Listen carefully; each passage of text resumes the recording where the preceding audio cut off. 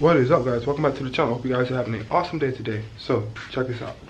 So today, guys, we need to remove off the ABS, the motor mounts, and see how we are going to route the harness back inside the bay. So the ABS is just a bunch of hard lines, and they shouldn't be too complicated to come out of.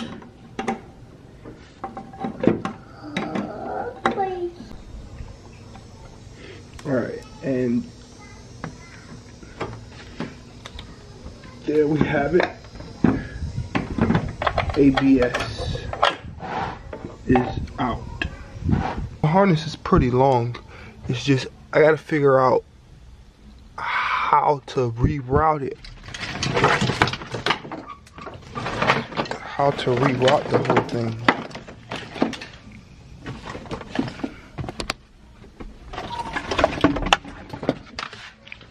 Yeah, I gotta figure out how to reroute the whole thing. It's not a lot. It's just, so see, whatever I do, this big box right here goes to the ABS, and then these ones right here go to the brakes. So whatever I do, I have to pull it back all the way enough to get this part right here, which was the waterfall part, back inside.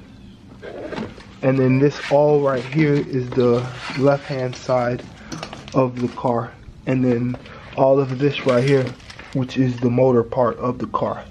So I gotta figure out how to get all of this back in. Alright, before I start shoving wires in place, I'm gonna just take the wet vac and clean the inside of there right quick.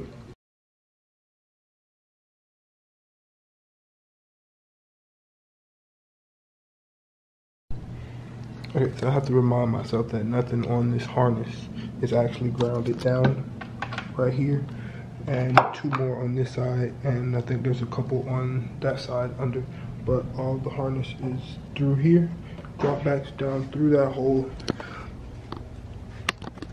through the fender right there, and back under the frame where it did before to plug into the headlights.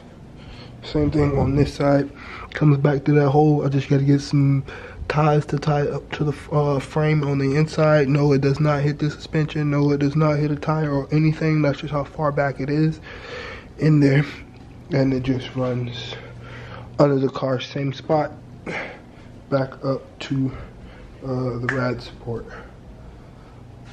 Other than that, I don't know if I want to remove the heater core, these right here from the inside. That way these holes aren't here, which I think I might.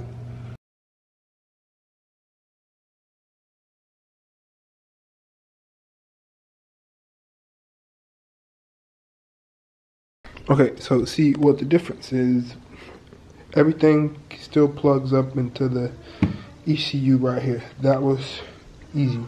And then the normal one runs down there, and then same thing right here are the O2s, which I need to push down that way and run under the car.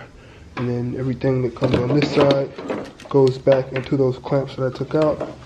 This is the engine harness, and then this is the rest of the under harness, which that needs to go to power. So super easy. Everything still stays pretty much kind of tucked away except for like the main engine stuff. This won't be here. This will be under the car that way. That needs a ground. Finally got